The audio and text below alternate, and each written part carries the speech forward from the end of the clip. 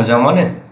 વિદ્યુતભાર અને ક્ષેત્ર ચેપ્ટરમાં આજે આપણે ઉદાહરણ 1.10 થી ઉદાહરણ 1.12નો અભ્યાસ કરીશું.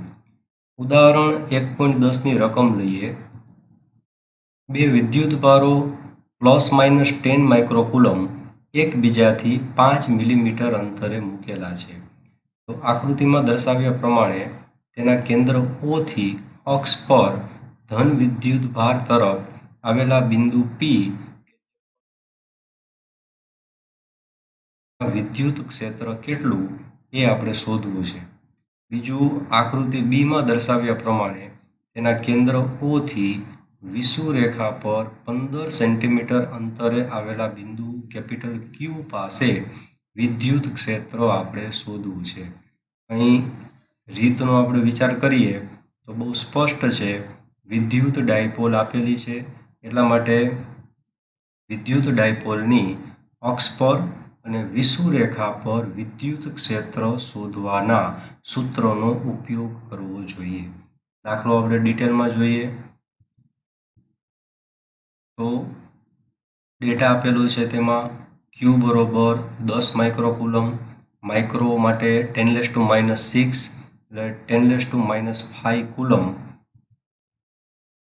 બે વિદ્યુતભાર વચ્ચેનું અંતર 2a 5 મિલીમીટર, મિલીમીટર માટે 10⁻³ મીટર લખી શકાય.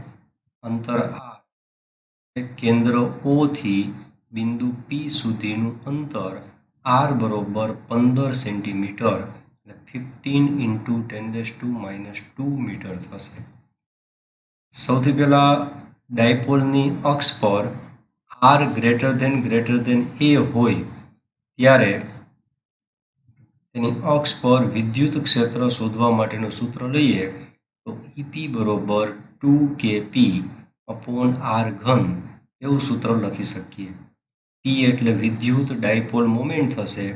વિદ્યુત ડાયપોલ મોમેન્ટ P બરોબર Q × 2a લખી શકાય. એટલે P માટે Q × 2a અહીં આપણે મૂકી શકીએ. જો આ સૂત્રની અંદર આપણે બધી કિંમતો મૂકીએ તો કિંમતોની અંદર 2, Kનું મૂલ્ય 9 × 10⁹ મૂકી શકાય. સ્મોલ q એટલે કોઈ એક વિદ્યુતભાર 10⁻⁵ કુલમ લઈ શકીએ. 2a અંતર 2a માટે 5 × 10⁻³ અંતર સ્મોલ r 15 × 10⁻² એનો ઘન લખી શકાય. વધારે સાદુરૂપમાં લઈએ તો 10ની બધી ઘાતનું સાદુરૂપ આપીએ અને સાથે સાથે આંકડાઓનું સાદુરૂપ આપીએ તો કુલ જવાબમાં 2.66 × 10⁵ ન્યૂટન પ્રતિ કુલમ આટલું વિદ્યુત ક્ષેત્ર વિદ્યુત ડાયપોલની અક્ષ પર બિંદુ P પાસે મળે છે. જો તેની દિશા લઈએ તો તેની દિશા A થી B તરફ વિદ્યુત ડાયપોલ મોમેન્ટની દિશામાં હોય છે. વિદ્યુત ડાયપોલની વિષુવરેખા પર વિદ્યુત ક્ષેત્ર શોધવું હોય તો એના માટે બિંદુ Q પાસે r > હોય ત્યારે આ અંતર આપણને r સૂચવે છે, આટલું અંતર a સૂચવે છે. અંતર r સ્મોલ a કરતાં ખૂબ જ વધારે હોવાથી આપણે વિદ્યુત ડાયપોલની વિષુવરેખા માટેનું સૂત્ર EQ = kp/r3 સૂત્ર લખી શકીએ. અક્ષ હોય તો સૂત્રમાં 2 આવે, અક્ષ ન હોય વિષુવરેખા હોય તો kp/r3 સૂત્ર આવશે. P બરોબર Q × 2a મૂકી શકીએ. ફરી પાછી આગળની જેમ જ બધા મૂલ્યો મૂકીએ તો Kનું મૂલ્ય 9 × 10⁹, Q 10⁻⁵, 2a 5 × 10⁻³ અંતર સ્મોલ r 15 × 10⁻² અને ઘાતમાં 3 આવશે. આનું જો સાદુરૂપ લઈએ તો EQ બરોબર 1.33 × 10⁵ ન્યૂટન પ્રતિ કુલમ થશે. એટલે અને જો તેની દિશા લઈએ તો દિશા B થી A તરફ એટલે કે વિદ્યુત ડાયપોલ મોમેન્ટની વિરુદ્ધ દિશામાં હોય છે. એટલે કે બિંદુ Q પાસે EQની દિશા એ વિદ્યુત ડાયપોલ મોમેન્ટની વિરુદ્ધ દિશામાં આ તરફ હોય છે। અહીં આપણે એવું જોઈ શકીએ કે અહીંના કિસ્સાની અંદર અક્ષ પરનું વિદ્યુત ક્ષેત્ર એ વિષુવરેખા પરના વિદ્યુત ક્ષેત્ર કરતાં બમણું હોય છે। ઉદાહરણ 1.11 લઈએ, તેની રકમ આ રીતે આપેલી છે કે આકૃતિમાં વિદ્યુત ક્ષેત્રના ઘટકો EX is equal to alpha x⁻² અને જ્યારે y અને z દિશામાં વિદ્યુત ક્ષેત્રના ઘટકો શૂન્ય છે, જ્યાં મીટર 1/2 છેદમાં કુલમ એવી રીતે આપેલું છે। તો સૌથી પહેલું આ ઘનમાંથી પસાર થતું ફ્લક્સ કેટલું એ શોધવાનું છે અને બીજું ઘનની અંદર રહેલા વિદ્યુત ભારની ગણતરી કરવાની છે। અહીં આપણને જે સમઘનની કોઈ પણ બાજુની લંબાઈ સ્મોલ a 0.1 મીટર આપેલું છે। જો રીતનો વિચાર કરીએ તો આપણને સૂચવે છે કે ઘનમાંથી પસાર થતું ફ્લક્સ, તો ફ્લક્સ માટેનું સૂત્ર phi is equal to E∆S cos theta નો ઉપયોગ કરી શકાય અને વિદ્યુતભાર શોધવા માટે ગોસનો નિયમ ફાઈ બરોબર Q/ε0 ઉપયોગમાં લઈ શકાય। એમાં જોઈએ તો વિદ્યુત ક્ષેત્ર રકમમાં આપણને કહ્યું છે કે વિદ્યુત ક્ષેત્ર x દિશામાં છે। વિદ્યુત ક્ષેત્ર x દિશામાં હોય તો વિદ્યુત ક્ષેત્ર y અને z દિશાના ઘટકો EY અને EZ શૂન્ય આપેલા છે। તેથી છાयांकित ન કરેલી બાજુઓ માટે E અને ∆S વચ્ચેનો કોણ થીટા ±π બાજુ છાयांकित કરેલી છે। આ સિવાયની બાજુ અને આ બાજુ બંને બાજુ માટે વિદ્યુત ક્ષેત્ર E x અક્ષની દિશામાં મળે છે, ત્યારે ∆S આ બાજુ અને સામેની બાજુ માટે ∆S છે એ પુસ્તકના પાનાની બહારની બાજુએ અને સાથે સાથે પુસ્તકના પાનાની અંદરની તરફ મળે છે। તેથી છાयांकित ન કરેલી બાજુઓ માટે E અને ∆S વચ્ચેનો કોણ ±π/2 થશે, એટલે કે આ બંને બાજુ માટે E અને ∆S વચ્ચેનો કોણ ±π/2 થશે। તેથી આ બાજુઓમાંથી પસાર થતા ફ્લક્સ માટેનું સૂત્ર phi is equal to E∆S cos theta, theta is equal to π/2 લેતા cos π/2 શૂન્ય થશે। બાજુઓમાંથી પસાર થતું ફ્લક્સ શૂન્ય મળે છે।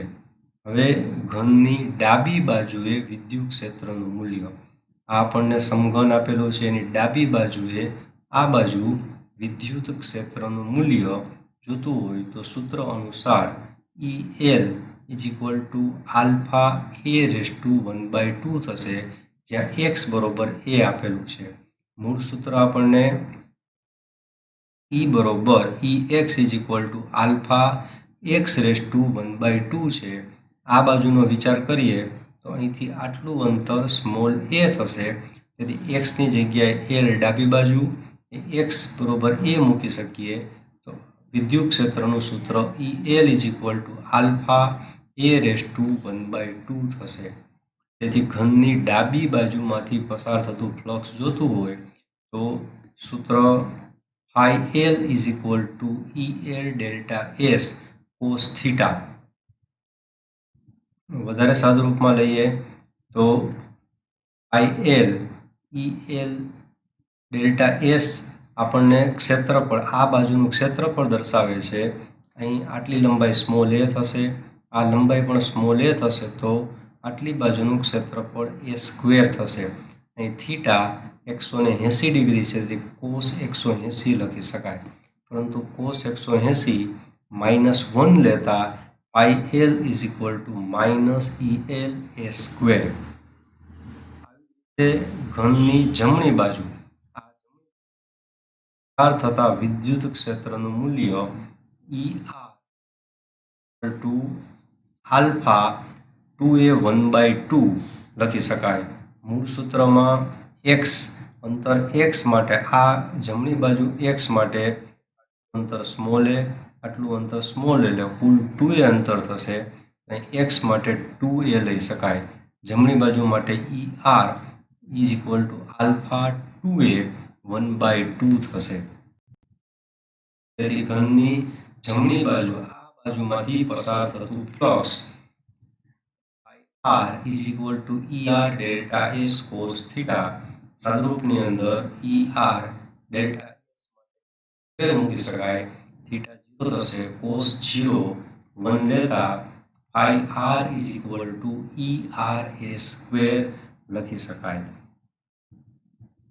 તેથી ઘનમાંથી પસાર થતું કુલ ફ્લક્સ જોઈતું હોય તો આ સામસામેની બાજુઓમાંથી પસાર થતું ફ્લક્સ શૂન્ય છે. તેથી ડાબી અને જમણી બાજુમાંથી પસાર થતું ફ્લક્સ phi બરોબર phi R ના મૂલ્યો મૂકતા phi બરોબર ERA square minus ELA square. આ બંનેમાંથી a સ્ક્વેર કોમન લેતા a square ER minus EL. વધારે સાદુરૂપની અંદર ER અને EL બંનેના મૂલ્યો અહીંયા મૂકતા આલ્ફા બંનેમાંથી કોમન લઈ શકાશે. આલ્ફા કોમન થઈ જશે. 2a raise to 1/2 minus a raise to 1/2. ફરી પાછું આ બંને પદમાંથી a raise to 1/2 a raise to 1/2 common લઈ શકાય. તેથી કોમન લેતા alpha a square a raise to 1/2 1/2 √2 minus 1 નું મૂલ્ય આપણે જાણીએ છીએ 800 આપેલું છે. a ની ઉપર 2 ઘાત a ની ઉપર 1/2 ઘાત એટલે કુલ a ની ઉપર 5/2 ઘાત થશે. √2 માઇનસ 1 થઈ જશે. સાદુરૂપની અંદર 800 સ્મોલ a બાજુની લંબાઈ 0.1 એની ઉપર ઘાત √2 માઇનસ 1. વધારે સાદુરૂપની અંદર 800 ઇન્ટુ 0.1 એની ઉપર 5/2 ઘાત છે નું વર્ગમૂળ લઈ શકાય અને એને 5 ઘાત એટલે 5 વખત ગુણાકાર કરતા આ પદ મળશે. √2 નું મૂલ્ય 1.414 માઇનસ 1.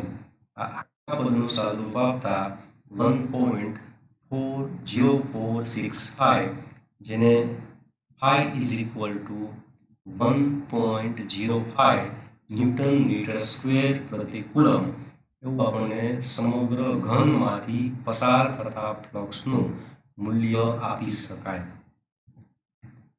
પછી આપણે કહ્યું છે એ પ્રમાણે ઘનમાંથી ની અંદર રહેલો વિદ્યુત ભાર. સૂત્ર આપણે ગૌસના નિયમનું જાણીએ છીએ. phi is equal two q upon epsilon 0. q ને સૂત્રમાં કરતા લઈએ phi એપ્સિલોન 0.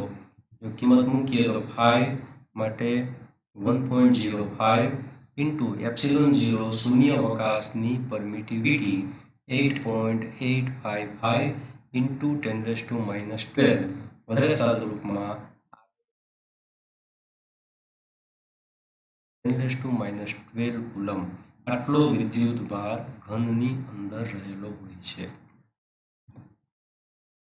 આ જ રીતે ઉદાહરણ 1.12 લઈએ તો તેની રકમ